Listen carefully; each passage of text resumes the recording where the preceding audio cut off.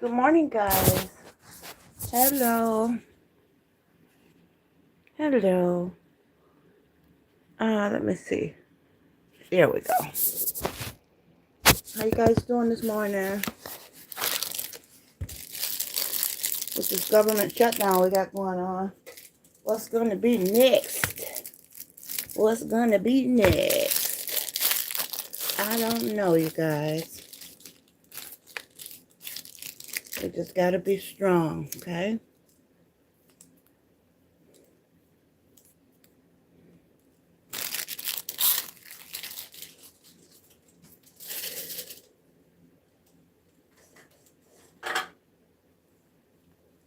We got to stay strong, my lovelies.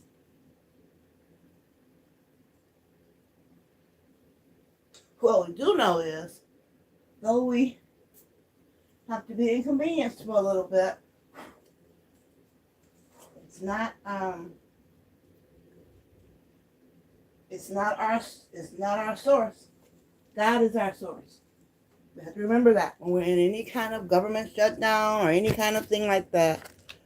God is our source, baby. So we don't worry. We just wait on Him. Just wait on Him. The things of the world don't affect us the same way, although we have to live through them, right? We have to live through them. But we're going to be just fine. It is Monday morning, about, what is it? 10:45 or so. And it is a beautiful day. Guys, you know it was almost 90 degrees here yesterday in Detroit. It was so warm. When I got in the car, it was 103. And I had to rethink it. I said, wait a minute. It was 103 degrees in my car. But as I started driving and got it together, it was turned to 93. And then 91. So it was really warm yesterday for October 4th. You know what I'm saying? Like, what's happening in this October? I don't know, but I'm enjoying it, right? Gotta enjoy it while it's here. Yes, yes. Yes, sir. So I'm just moving around my kitchen, compiling the garbage together, getting everything set for the day. I just got up. Guess what I was watching today, guys? You're not going to believe it. I was watching Muhammad Ali today. Some of his old bouts with Foreman, Spinks, who else? Foreman, Spinks, what's the other guy? I forget his name. But I watched 3 or 4 of them on YouTube today, on my television. And that Ali is something else, isn't he? I love him. I love his confidence. When he talks a mess, I love that. I can't, and it just so happens they were showing all the ones that he was victorious in. I don't think I could bear watching one that he was not. I couldn't bear it. But so far, the matches I watched, he won. And he was playing this white guy. I don't know what his name was. But he was playing him, fighting with him. And that white guy gave him a run for his money. Do you hear me? He really did. He fought to the end. I had to give it to that guy. He didn't win, but he was in there with Ali. I don't know his name. I'll think of it in a minute. But I'm not one to watch the fight a lot. I'm really not. Or to be, you know how people, ooh, the fight coming on, or whatever. I'm not like that, but it's just, I love Ali. I love him so much. I love what he stood for. I love the kind of person that he was, you know. And I just look forward to seeing him in heaven, guys. I just love him, his personality and everything. And his confidence in himself, you know. I love that about him. And so, that's what was going on today with me, my lovelies. I was watching from early this morning. Early this morning, I started watching. And then I woke up, the TV was still on another fight. And so, I was like, wow, girl, you really watching you some Ali today? But he's just so inspiring. And you know who else I like that has that kind of confidence in themselves? You know, and it's not a well, let me say this first, so I'll change subjects.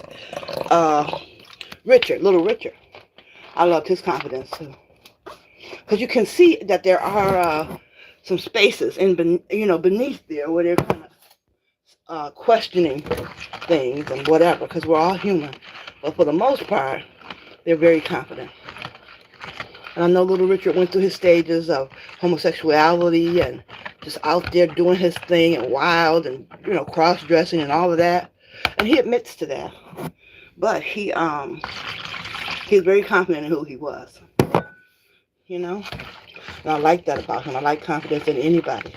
And I guess most of us do. You know what I'm saying? Because it's inspiring when you see somebody out there doing what they do and they're very, very confident in what they do. And therefore they become very, very good at it. Like Michael Jordan, like my favorite, Magic Johnson, and my next favorite, Kobe Bryant. Very, very confident in what they did. And Kobe, they called him the ball hog. Everybody made fun of him that way because he didn't want to share the ball and all that. He had to learn. He was young, 18 when he went into the league? Or 17 or something? So he was young. He had to learn his way. But when he learned. And I think, Jabbar taught him a lot, and so did Big Guy. He taught him a lot of stuff too. To slow his roll and share the ball. Then he has some really good coaches who taught him a lot of good things. Hi, Kyle. How are you? Come on in, guys. Come in. Welcome. Thank you guys for coming in and visiting, stopping by. I was just talking about watching Muhammad Ali this morning and last night. Watching his winning matches and watching him go for it. You know what I'm saying? And remembering his confidence in himself. And other athletes and other superstars, that are doing, sports, entertainment, like Magic and Kobe, and all of them. Remember Michael Cooper? I love him. Love Michael Cooper. Byron Scott, Ray Allen. I was looking at Magic when he was feuding with Bird, Magic and Bird. Remember those two? I mean, that's good sports. I love watching that. That was back in the day in my time when I used to love watching them all the time. Michigan State and where was Bird from? I think it was Indiana he was from. But you're talking about, hi guys, come on in. I see the lights.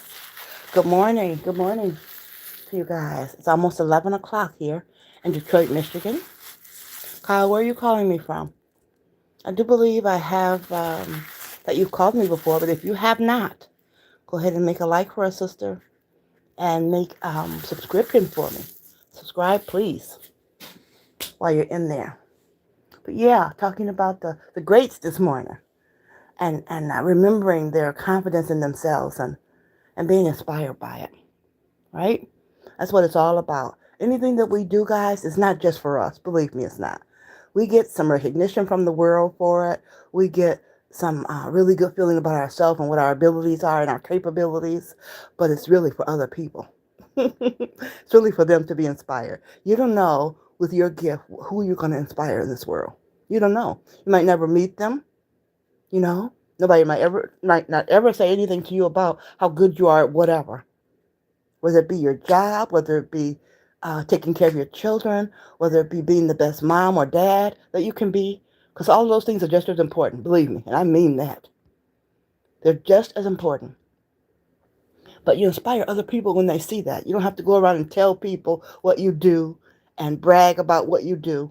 Because all we want to brag about, the only thing we ever want to brag about, guys, remember this, is the Lord Jesus Christ. He says brag on him. You want something to brag about.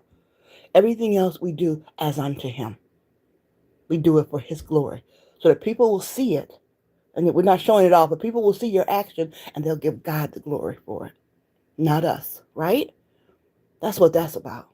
So when we see these fantastic people doing these sports, like Serena Williams. I loved her and her sister when they played, tennis. What's the girl that does all the flipping around? You know who I'm talking about?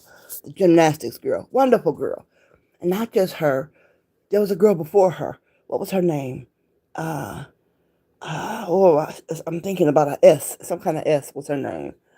Stasi, something like that. I don't remember her name, but I remember her being just fantastic. I don't know her name right now, but I love sports. I love to watch them and the confidence of people and how they can do. And you're thinking, wow, that's wonderful. I could never do that. No, but it's something that you can do. Because if it was not, you would not be here. Right? It's something that you can do.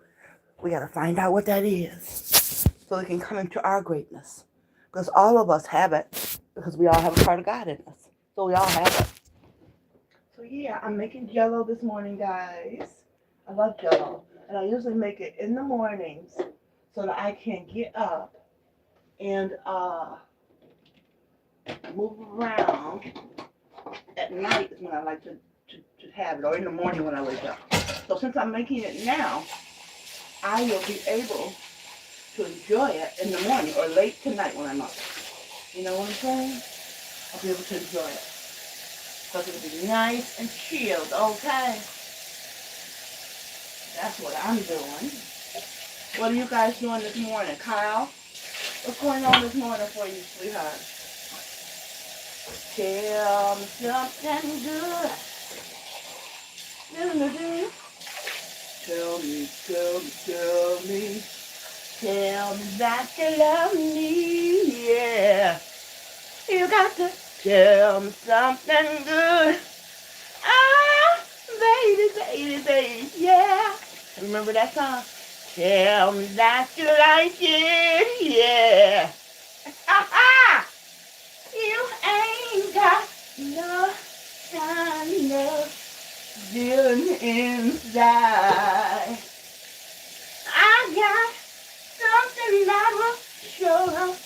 That's your stuff on fire. I love that song. I love Ruthless. Period. You guys like Shaka Khan? Shaka! Shaka's still doing it too, guys. She is doing the thing. You hear me? She is doing it. Okay? Problem is you ain't been loved like you should have. What I got to give will show enough do you good. Tell me something good. Okay, let me stop before I get a copyright to do somebody's song. All right, darlings. So I got my Jello ready. And I always have to find a spot in the refrigerator because my son always have a lot of stuff in here. I have to find a spot, you guys. Okay, take a break. All righty, guys. Later on, I'm going to come on and I'm going to do some more reading in my book, A Divine Revelation of Hell. And we're almost done. I think I'm on chapter... I'm not going to read it right now, but I'm on chapter 11 is where I'm going to start. Or restart, I should say. And there are only 26 chapters, and they're very short ones, so I'm getting to the end of it. I hope you guys are enjoying it. I hope you are taking note, listening, being curious, and asking God, Lord, what is this all about? What's this girl talking about? I have the other lives where I'm going to be labeling them after I edit it to make sure you guys will see put different chapters in there. You'll see a copy of the book. I'll try to show that today too when I go on live again. But I'm feeling led, guys, to put this out there because I want us to have a long life together, a long eternity together. And just in case, I happen to believe that it's true, but just in case you guys maybe don't or you're on the fence about it, it's something to think about, is it not? Because it's so important. and I want to get it out there so people can have the opportunity to make their own choice about it. Whether or not this lady, Mary Kay Baxter, is saying, telling the truth about what she said God told her to do. Right? Many times when people say, well, God told me this, or I heard from God, we don't believe that most of the time. We're thinking, okay, here we go, a holy roller, saying they heard from God. How many people are going to say that? So God came down and he talked to you only. Why he just talking to you? We got every excuse in the book. But God has his people that he talked to. He talked to Moses. He talked to Abraham. He called Abraham his friend. He talked to him. He talked to David. He talked to Joseph. So because he's no respecter of persons, he can talk to you and me too. And he does quite often. We just don't hear him. We're too busy. We're too busy. We think it's our conscience. We call it our second mind. We have names for it. But many times, I believe it's God talking to us. But we don't take the time to learn his voice and who it is and what, that he's saying to us. Lord, is this you? We can ask him. Or is this just me hoping it's you or thinking it's you? My mom used to say you talk to her. Is this how is this real, Lord? Let me know.